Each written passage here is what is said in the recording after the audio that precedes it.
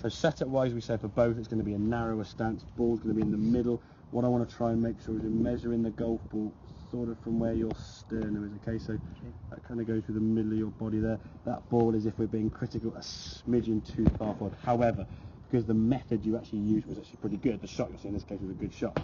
This one on the left hand, so the ball was sort of more underneath your sternum. However, when you swung back, it was just so steep. Unless the only way a club up there can come back to the ball without being too steep is your body really twisting through. But you've got 20 yards, you don't want to twist. Your brain will go, I can't twist. So now, of course, you're in a position where you're trying to stop the swing from doing it.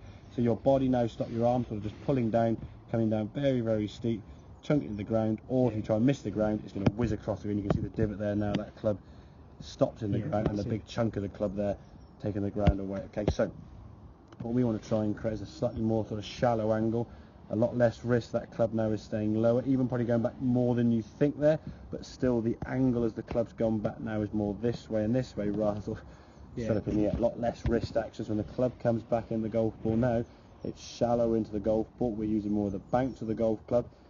You see the loft of that club, and you can barely see, apart from sort of the few days that are coming off, there's no disturb of the turf there, just giving the grass a bit of a haircut. It's like a complete chunk into the down the ground and dig it. And the trajectory we can see on that golf ball is coming a lot higher.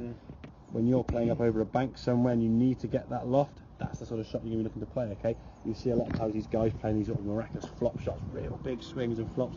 Yes, the ball goes through and you come like a bag of sand.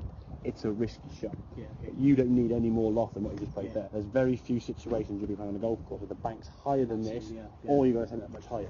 A tree in the way, okay, go round it kind of thing. There are some shots we're not going to need to try and play, okay, so there's plenty of loft. When you finish the swing there, you can see a lot more sort of connected because you just swung the club here, and that all works a lot smoother here, whereas this one coming in the ground, just watch the sort of swing of this club, a little bit slower, it just doing into the ground there, whereas this one as we swing back is a lot more just a smoother, just bounce of the club, doink, and away it goes.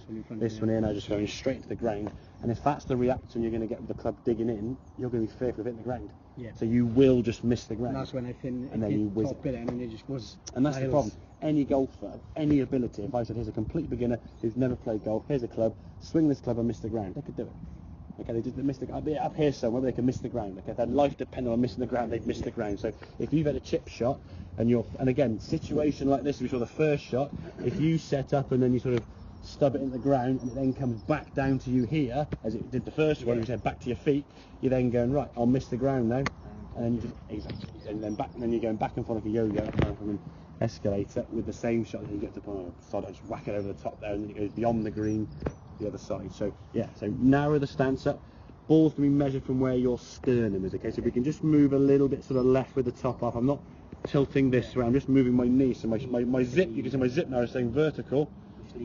Exactly, I'm not doing that, I'm just moving my knees a bit to the left, as you would do for a full shot, moving here. So you just create an impact position and stay in there, and then I get a bit more of a shallow angle into the ball. The lower half is still work, as we can see, but we're not going to be moving so much as a normal full shot. We don't want so much power, we just need to sort of twist that body through using a bit more arm. Okay, the wrists create power.